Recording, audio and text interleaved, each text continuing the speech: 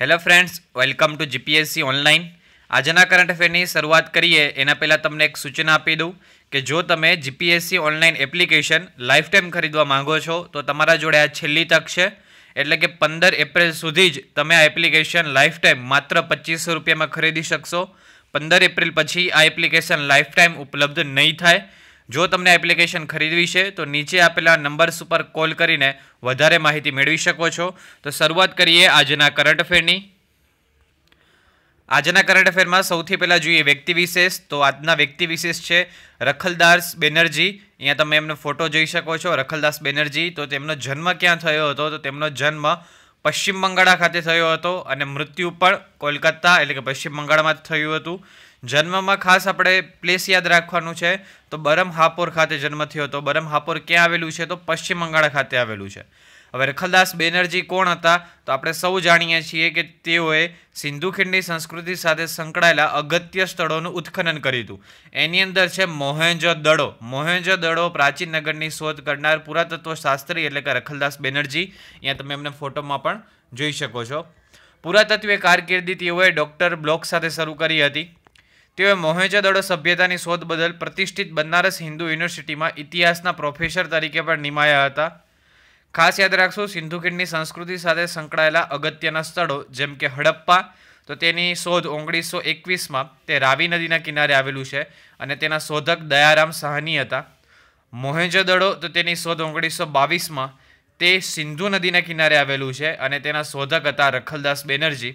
લોથલ, તો તે 1954ના સમયમાં તે ભોગાવો નદીના કિનારે આવેલું છે અને તેની શોધ કરી હતી S.R.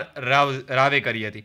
ખાસ યાદ રાખશું, સિંધુ ખીણની સંસ્કૃતિ સાથે સંકળાયેલા અગત્યના સ્થળો કયા સમયમાં શોધાયા, કઈ નદીના કિનારે વસેલા છે અને એના શોધક કોણ હતા. તો તમારા જીકેના લેવલમાં પણ થોડો વધારો થઈ જશે. તો આજના પ્રથમ વ્યક્તિ વિશેષ જોયા રખલદાસ બેનર્જી.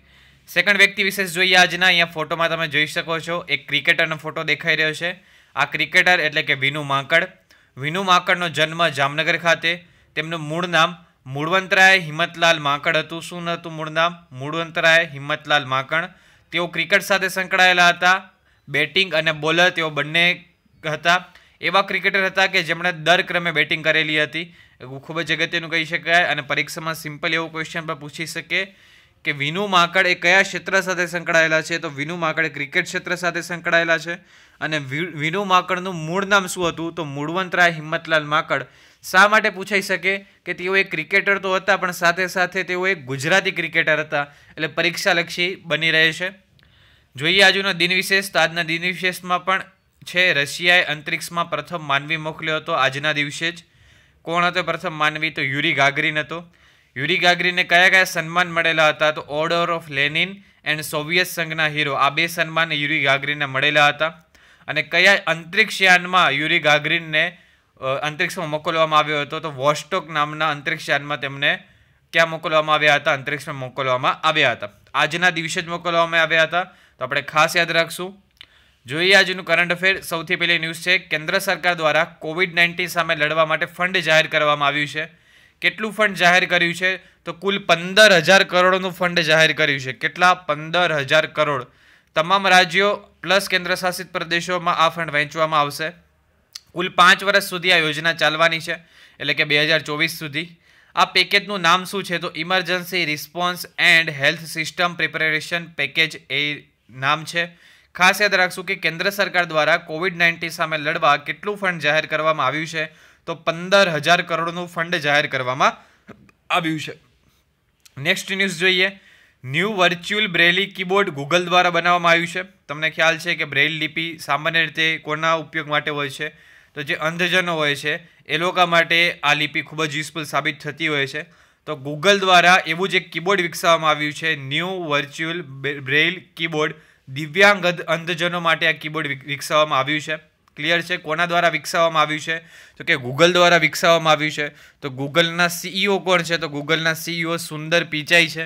અને ગૂગલનું હેડક્વાર્ટર ક્યાં આવેલું છે? તો ગૂગલનું હેડક્વાર્ટર કેલિફોર્નિયા ખાતે આવેલું છે. ઓકે, તો ખાસ આપણે બાબત યાદ રાખશું. ન્યૂ વર્ચ્યુઅલ બ્રેલ કીબોર્ડ કોના દ્વારા વિકસાવવામાં આવ્યું છે? તો ગૂગલ દ્વારા વિકસાવવામાં આવ્યું છે. શા માટે વિકસાવવામાં આવ્યું છે? તો દિવ્યાંગ અંધજનો માટેનું કીબોર્ડ છે. એ ઉપરથી આપણે યાદ રાખ્યા કે ગૂગલના CEO કોણ છે, તો સુંદર પિચાઈ, અને ગૂગલનું હેડક્વાર્ટર ક્યાં આવેલું છે, તો કેલિફોર્નિયા ખાતે આવેલું છે. નેક્સ્ટ ન્યૂઝ જોઈએ. ડિજિન પ્લેટફોર્મ જન સ્મોલ ફાઇનાન્સ બેંક એના દ્વારા લોન્ચ કરવામાં આવ્યું છે. ખાસ યાદ રાખશું, ડિજિન પ્લેટફોર્મ કોના દ્વારા લોન્ચ કરવામાં આવ્યું છે, તો જન સ્મોલ ફાઇનાન્સ બેંક દ્વારા લોન્ચ કરવામાં આવ્યું છે. આ શું છે, તો કે આ એક બેન્કિંગ પ્લેટફોર્મ છે જેમાં બચત ખાતું કે ફિક્સ ડિપોઝિટ ખાતું ખોલી શકાશે. ક્લિયર છે. હવે જન સ્મોલ ફાઇનાન્સ બેંકની વાત નીકળી છે તો એના વિશે થોડી માહિતી મેળવીએ. તો જન સ્મોલ ફાઇનાન્સ બેંકના MD અને CEO છે અજય કેવડ. તેનું હેડક્વાર્ટર આવેલું છે બેંગ્લોર ખાતે, અને તેની ટેગલાઇન છે પૈસે કી કદર. કઈ નથી, પૈસે કી, ખાસ ધ્યાન રાખજો, પૈસે કી કદર એની ટેગલાઇન છે. સિમ્પલ એક ક્વેશ્ચન પૂછાઈ શકે છે કે તાજેતરમાં ડિજિજન નામનું પ્લેટફોર્મ કઈ બેંક દ્વારા લોન્ચ કરવામાં આવ્યું છે, તો કઈ બેંક દ્વારા લોન્ચ કરવામાં આવ્યું છે, તો જન સ્મોલ ફાઇનાન્સ બેંક. ખાસ યાદ રાખશું, જન સ્મોલ ફાઇનાન્સ બેંક દ્વારા આ પ્લેટફોર્મ લોન્ચ કરવામાં આવેલું છે. જોઈએ next news. Break the chain. Break the chain, તમને ખ્યાલ છે કે બ્રેક ધ ચેઇન શબ્દ આવે એટલે શેના સાથે સંકળાઈ જશે, તો COVID-19ની જે ચેઇન છે એને તોડવા માટે આ શબ્દ આવી જશે. તો કોના દ્વારા આ કેમ્પેન શરૂ કરવામાં આવ્યું છે, તો HUL અને યુનિસેફ. HUL એટલે કે હિન્દુસ્તાન યુનિલિવર લિમિટેડ અને યુનિસેફ દ્વારા આ સંયુક્ત રીતે શરૂ કરવામાં આવ્યું છે. શું શરૂ કરવામાં આવેલું છે, બ્રેક ધ ચેઇન શરૂ કરવામાં આવ્યું છે. યુનિસેફ એટલે શું થશે, તો United Nations International Children's Emergency Fund. યુનિસેફનું પૂર્ણ નામ છે United Nations International Children Emergency Fund. તેની સ્થાપના 11 ડિસેમ્બર 1946. તેનું હેડક્વાર્ટર ન્યુયોર્ક અમેરિકા ખાતે. ઓકે, અને એના હેડ કોણ છે અત્યારે, તો હેનરીટા H. એના હેડ છે. HULનું પૂર્ણ નામ શું છે, હિન્દુસ્તાન યુનિલિવર લિમિટેડ, અને એના CEO કોણ છે, તો એના CEO છે સંજય મહેતા. ખાસ આપણે એટલું યાદ રાખશું સિમ્પલી કે બ્રેક ધ ચેન નામનું કેમ્પેન તાજેતરમાં કોના દ્વારા શરૂ કરવામાં આવેલું છે, તો બ્રેક ધ ચેન નામનું કેમ્પેન HUL એટલે કે હિન્દુસ્તાન યુનિલિવર લિમિટેડ અને યુનિસેફ એટલે કે United Nations International Children's Emergency Fund, આ બંને દ્વારા સંયુક્ત રીતે બ્રેક ધ ચેન નામનું કેમ્પેન શરૂ કરવામાં આવેલું છે. સિમ્પલ યાદ રાખજો, બ્રેક ધ ચેન નામનું કેમ્પેન તો કોના દ્વારા, હિન્દુસ્તાન યુનિલિવર લિમિટેડ અને યુનિસેફ દ્વારા. જોઈએ નેક્સ્ટ ન્યૂઝ. શું છે, ઇફકો ટોક્યો જનરલ ઇન્સ્યોરન્સ કંપનીના નવા MD અને CEO તરીકે અનામિકા રોયની નિમણૂક થઈ છે. આ સિમ્પલી તમારે નિમણૂક યાદ રાખવાની છે. કદાચ પરીક્ષામાં એક માર્કનો પ્રશ્ન પૂછાઈ જાય કે ભાઈ તાજેતરમાં આ પદ ઉપર કોની નિમણૂક થઈ, તો તમારે સિમ્પલી આટલી નિમણૂક યાદ રાખી દેવાની કે આના MD અને CEO તરીકે કોની નિમણૂક થઈ છે, તો અનામિકા રોયની. નેક્સ્ટ ન્યૂઝ જોઈએ. COVID-19ને સમર્પિત 24 કલાક ચાલતી હેલ્થ ચેનલની શરૂઆત નિકોબારમાં કરવામાં આવી છે. ખાસ યાદ રાખશું, 24 કલાક, દિવસના 24 કલાક, અઠવાડિયાના 7 દિવસ અને આખો મહિનો માત્ર COVID-19ને સમર્પિત એમાં ન્યૂઝ બતાડવામાં આવશે. એના દ્વારા લોકોને જાગૃત કરવામાં આવશે. આ ચેનલમાં કયા પ્રોગ્રામ બતાવવામાં આવશે, તો કે યોગા વિશે માહિતી આપવામાં આવશે, સોશિયલ ડિસ્ટન્સિંગ વિશે માહિતી આપવામાં આવશે, હેલ્થ એડવાઇઝરી જાહેર કરવામાં આવશે, એના વિશે પણ થોડી ઘણી માહિતી આપવામાં આવશે. આ તમામ મુદ્દાઓ આ ચેનલની અંદર શું કરવામાં આવશે, કવર કરી લેવામાં આવશે કે જેનાથી COVID-19 સામે વધારેમાં વધારે જાગૃતતા ફેલાય. તો આ પગલું કોણે ઉઠાવ્યું છે, તો નિકોબારમાં શરૂઆત કરવામાં આવી છે. ખાસ યાદ રાખશું. તો થોડું ચર્ચામાં રહ્યું છે, તો એના કારણે અંદમાન નિકોબાર ટાપુની થોડી માહિતી મેળવીએ. તો અંદમાન નિકોબાર ટાપુ એક કેન્દ્રશાસિત પ્રદેશ છે કે જે બંગાળની ખાડીમાં આવેલો છે. તેનું કેપિટલ કયું છે, તો તેનું કેપિટલ છે પોર્ટ બ્લેર. ખાસ યાદ રાખશું, તેનું કેપિટલ કયું છે, પોર્ટ બ્લેર તેનું કેપિટલ છે. આ અંદમાન અને નિકોબાર બંને 10 ડિગ્રી ચેનલથી અલગ પડે છે. અને હાઈકોર્ટ ક્યાં આવેલી છે, તો તેની હાઈકોર્ટ કલકત્તા હાઈકોર્ટ એની અંદર આવેલી છે. પરીક્ષામાં સિમ્પલી તમે યાદ રાખજો, વારંવાર પરીક્ષામાં આ પ્રકારનું પૂછાતું હોય છે. જેમ કે દીવ દમણ દાદરા નગર હવેલી એ કયા હાઈકોર્ટ ક્ષેત્ર હેઠળ આવે છે, તો એ મુંબઈ હાઈકોર્ટ ક્ષેત્ર હેઠળ આવે છે. એ જ પ્રમાણે કે અંદમાન નિકોબાર એ કયા હાઈકોર્ટ ક્ષેત્ર હેઠળ આવે છે, તો કલકત્તા હાઈકોર્ટ ક્ષેત્ર હેઠળ આવે છે. તો જ્યારે આવા કેન્દ્રશાસિત પ્રદેશો છે, તમને સૌને ખ્યાલ છે કે માત્ર દિલ્હીને જ પોતાની હાઈકોર્ટ છે, બાકી કોઈ કેન્દ્રશાસિત પ્રદેશને પોતાની હાઈકોર્ટ નથી. તો એ સામાન્ય રીતે બીજા કોઈ રાજ્યની હાઈકોર્ટ ક્ષેત્રમાં આવતું હોય છે. જેમ કે પોંડિચેરી તો મદ્રાસ હાઈકોર્ટ ક્ષેત્રની હેઠળ આવે છે. તો પરીક્ષાલક્ષી આ પ્રશ્ન બની રહે છે. તો આજે આપણે યાદ રાખ્યું અંદમાન નિકોબાર તો કલકત્તા હાઈકોર્ટ ક્ષેત્રની હેઠળ આવે છે. ક્લિયર છે. અને COVID-19ને સમર્પિત 24 કલાક ચાલતી ન્યૂઝ ચેનલ કોના દ્વારા શરૂ કરવામાં આવી છે, તો નિકોબારમાં શરૂ કરવામાં આવેલી છે. નેક્સ્ટ ન્યૂઝ જોઈએ. તાજેતરમાં આપણે સૌ જાણીએ છીએ કે નરેન્દ્ર મોદીને વ્હાઇટ હાઉસ દ્વારા ટ્વિટરમાં ફોલો કરવામાં આવ્યું અને વિશ્વના એકમાત્ર એવા નેતા બન્યા કે જેને વ્હાઇટ હાઉસ ફોલો કરે છે. તો આપણા માટે ખૂબ જ ગર્વની બાબત કહી શકાય. અને આ વ્હાઇટ હાઉસ છે પાછા કુલ 4 ભારતીય એકાઉન્ટને ફોલો કરે છે. 4 ભારતીય એકાઉન્ટમાં કયા કયા છે? તો Narendra Modi, PMO India, President of India અને Indian Embassy of US. Clear છે? આવા 4 એકાઉન્ટને વ્હાઇટ હાઉસ ફોલો કરે છે. એમાં વિશ્વના એકમાત્ર એવા નેતા હોય તો શ્રી નરેન્દ્ર મોદીને વ્હાઇટ હાઉસ ફોલો કરી રહ્યું છે. તો આ ખૂબ જ આપણા માટે ગર્વની બાબત કહી શકાય અને પરીક્ષા લક્ષી પણ કહી શકાય. તો આપણે ખાસ યાદ રાખશું વ્હાઇટ હાઉસ દ્વારા તાજેતરમાં વિશ્વના કયા એકમાત્ર નેતાને ફોલો કરવામાં આવ્યું છે? તો શ્રી નરેન્દ્રભાઈ મોદીને. નેક્સ્ટ ન્યૂઝ જોઈએ. સેફ પ્લસ યોજના કોના દ્વારા શરૂ કરવામાં આવી છે? તો સિડબી બેંક દ્વારા શરૂ કરવામાં આવી છે. ખાસ યાદ રાખશું લઘુ અને મધ્યમ ઉદ્યોગોને તત્કાલ લોન એટલે કે 1 કરોડ સુધીની લોન ઉપલબ્ધ કરાવવા માટે આ યોજના શરૂ કરવામાં આવી છે. આ સેફ પ્લસ યોજના શું છે? તો કે સિડબી દ્વારા શરૂ કરવામાં આવી છે. તો કે સિડબીનું પૂર્ણ નામ શું છે? પહેલાં તો small industries development bank of India. અને આ સેફ પ્લસ યોજનાનું પૂર્ણ નામ શું છે?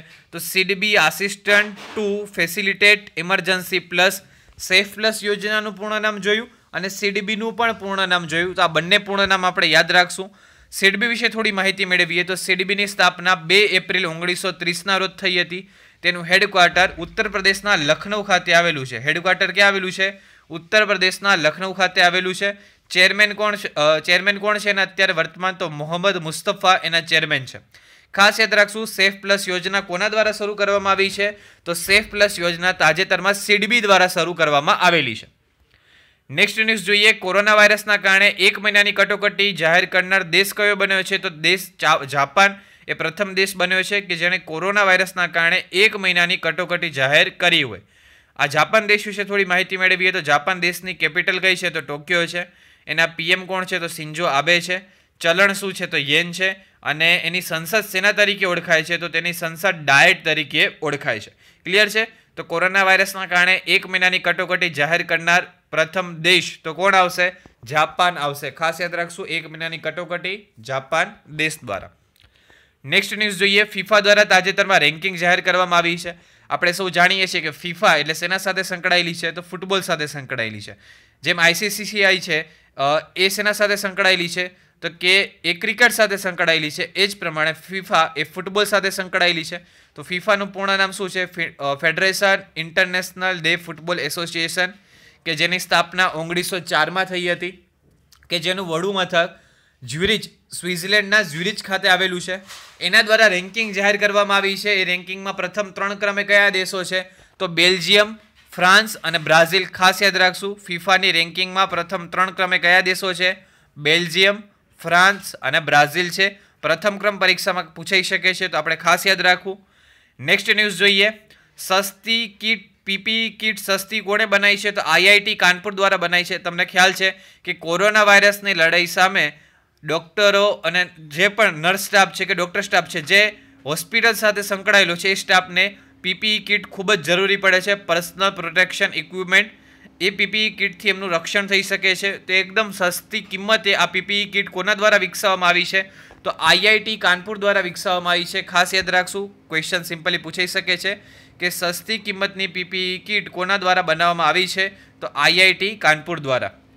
નેક્સ્ટ ન્યૂઝ જોઈએ. ફ્લિપકાર્ટે હેલ્થ ઇન્સ્યોરન્સ શરૂ કરવા માટે આઈસીઆઈસીઆઈ લેમ્બોર્ડ સાથે સમજૂતી કરી છે. ક્લિયર છે? ફ્લિપકાર્ટે હેલ્થ ઇન્સ્યોરન્સ શરૂ કરવા માટે કોના સાથે સમજૂતી કરી છે? તો આઈસીઆઈસીઆઈ સાથે સમજૂતી કરી છે.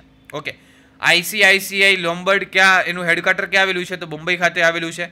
અને એના એમડી અને સીઈઓ કોણ છે? તો ભાર્ગવ દાસ ગુપ્તા એના એમડી અને સીઈઓ છે. ક્લિયર છે?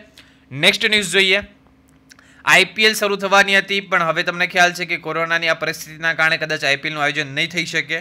તો આઈપીએલની એક ટીમ છે સનરાઇઝર્સ હૈદરાબાદ. એમણે 10 કરોડનું દાન આપ્યું છે. ખૂબ જ અગત્યની બાબત કહી શકાય કે આઈપીએલની ટીમ દ્વારા પણ કોવિડ-19 સામે લડવા માટે 10 કરોડનું દાન આપવામાં આવેલું હોય તો ખૂબ જ અગત્યની બાબત કહી શકાય. તો આપણે યાદ રાખવાનું છે કે આઈપીએલની કઈ ટીમ દ્વારા તાજેતરમાં કોવિડ-19ની લડાઈ સામે 10 કરોડનું દાન જાહેર કરવામાં આવ્યું છે? તો સનરાઇઝર્સ હૈદરાબાદ. નેક્સ્ટ ન્યૂઝ જોઈએ. વિશ્વના સૌથી વધારે પ્રદૂષિત શહેરોમાં ભારતના 2 શહેરો છે. કયા 2 શહેરો છે? મુંબઈ અને કોલકાતા વિશ્વના ટોચના 20 શહેરોમાં મુંબઈ અને કોલકાતાનો સમાવેશ થાય છે. આપણા માટે ગર્વની બાબત કહી શકાય. કેમ કે ગયા વર્ષે ટોપ 20માં 14 શહેરો હતા. કેટલા શહેરો હતા? 14 શહેરો. અને અત્યારે માત્ર કેટલા છે? તો અત્યારે માત્ર 2 જ છે. આ લોકડાઉનના કારણે આટલી સારી ઇફેક્ટ જોવા મળી છે. તો આ લોકડાઉનનું એક સકારાત્મક પાસું પણ છે કે વાતાવરણમાં પ્રદૂષણનું પ્રમાણ ખૂબ જ ઓછું થઈ રહ્યું છે. અને એનું બેસ્ટ એક્ઝામ્પલ તમે અત્યારે કરંટ અફેરમાં જોઈ શકો છો. જોઈએ નેક્સ્ટ ન્યૂઝ. એમેઝોને તેના કર્મચારીઓને COVID-19ના પરીક્ષણ કરવા માટે પ્રયોગશાળા બનાવવામાં આવશે. તો દરેક સંસ્થા હોય, દરેક ખાનગી સંસ્થા હોય કે દરેક સરકારી સંસ્થા હોય, કોઈ પણ સંસ્થા હોય, COVID-19 સામે લડવા માટે એ પરીક્ષણ કરવા માટે અને એના કર્મચારીઓને ધ્યાન કરવા માટે પ્રયોગશાળા બનાવે જ છે.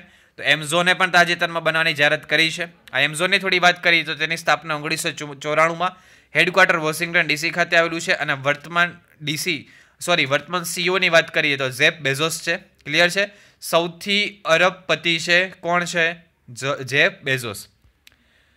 તો આજની ક્વિઝ પરથી આજના કરંટ અફેર ઉપરથી આજની ક્વિઝ જોઈએ. સૌથી પહેલો ક્વેશ્ચન છે, લોથલની શોધ કોણે કરી હતી? 4 ઓપ્શન છે તમારી જોડે. અંતરિક્ષમાં પ્રથમ માનવ મોકલનાર દેશ કયો? દેશનું નામ જણાવવાનું છે. યુનિસેફનું વડું મથક ક્યાં આવેલું છે? કોરોના વાયરસના કારણે 1 મહિનાની કટોકટી જાહેર કરનાર દેશ કયો બન્યો? હાલમાં જાહેર થયેલા વિશ્વના સૌથી 20 પ્રદૂષિત દેશોમાં ભારતના કયા કયા શહેર છે? ક્લિયર છે? ઓકે. તો આજનું કરંટ અફેર ગમ્યું હોય તો પ્લીઝ ક્વિઝના આન્સર તમે કમેન્ટ કરવાનું રાખજો. આ ઉપરાંત જો તમે ડેઇલી ક્વિઝ આપવા માગો છો, ડેઇલી 50 પ્રશ્નોની તમે ક્વિઝ આપવા માગો છો, તો ટેલિગ્રામમાં જઈને તમારે આ રીતે ક્વિઝ 2020 સર્ચ કરવાનું રહેશે અને તમે ક્વિઝના ગ્રુપમાં જોડાઈ શકો છો. તો મળતા રહીશું નવા કરંટ અફેર સાથે. ત્યાં સુધી સૌ મિત્રોને જય હિન્દ, જય ભારત.